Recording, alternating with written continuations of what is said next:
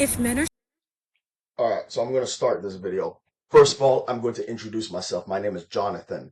I'm a combat veteran, disabled 100% combat veteran, PNT, former correctional sergeant, and I hold two black belts in two different styles of Taekwondo, International Taekwondo Alliance, Kuki-Wan, and a blue belt in karate, all at the same time, and a former correction sergeant.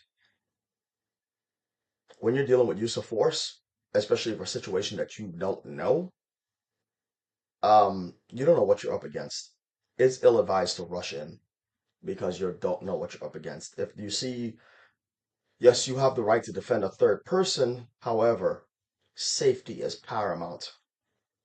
If defending that third person is going to put you at risk, I would tell you don't do it. Because what's the sense in you and the other person end up unalive or something like that? There's no point to that. You don't know what this person has on them. If it does not concern you, report it to the police. Let them know, call 911. Hey, there's an altercation going on in such and such street. Here's the cross street. But for safety, I'm going to get the hell out of here for safety. And end it right there with the 911 caller.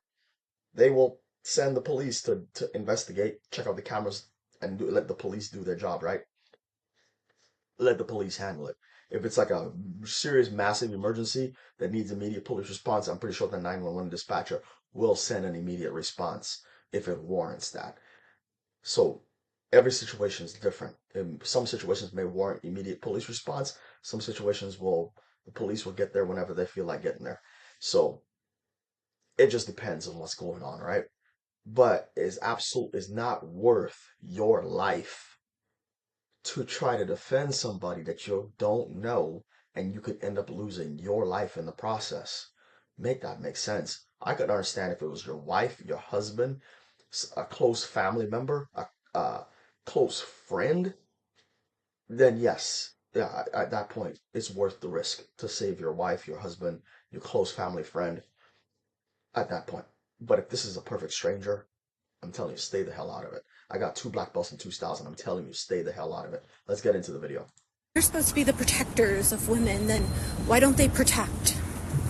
I was just at the J Street Metro subway stop in Brooklyn, waiting for the F train at the platform, and I see a man arguing with a woman. He starts yelling at her, and he starts choking her. I thought he was going to throw her onto the platform. He picked her up by her neck. I'm going to tell you right now, just by looking at somebody, you have no idea how strong they are. I don't care what you're trained in, you have no idea how strong this person is. Like I have real combat, okay? Real combat experience. And I'm a combat veteran, and I used to be a corrections officer and corrections sergeant. And when I dealt with inmates, I had to kick this inmate in self-defense, and it felt like I was fighting the Terminator. I hit him with a roundhouse kick, I hit him with a front kick, I hit him with four punches to the back of the head, and the man was still standing, fighting. The woman hit him with OC spray, the front kick, the side kick, the roundhouse kick, the OC spray, and the four punches to the back of the head all at once, and he is still fighting. Like, what the luckily, I had enough skill to keep myself safe, but I couldn't put him down. I had to call another man in there, a bigger man, a bigger, stronger man than me.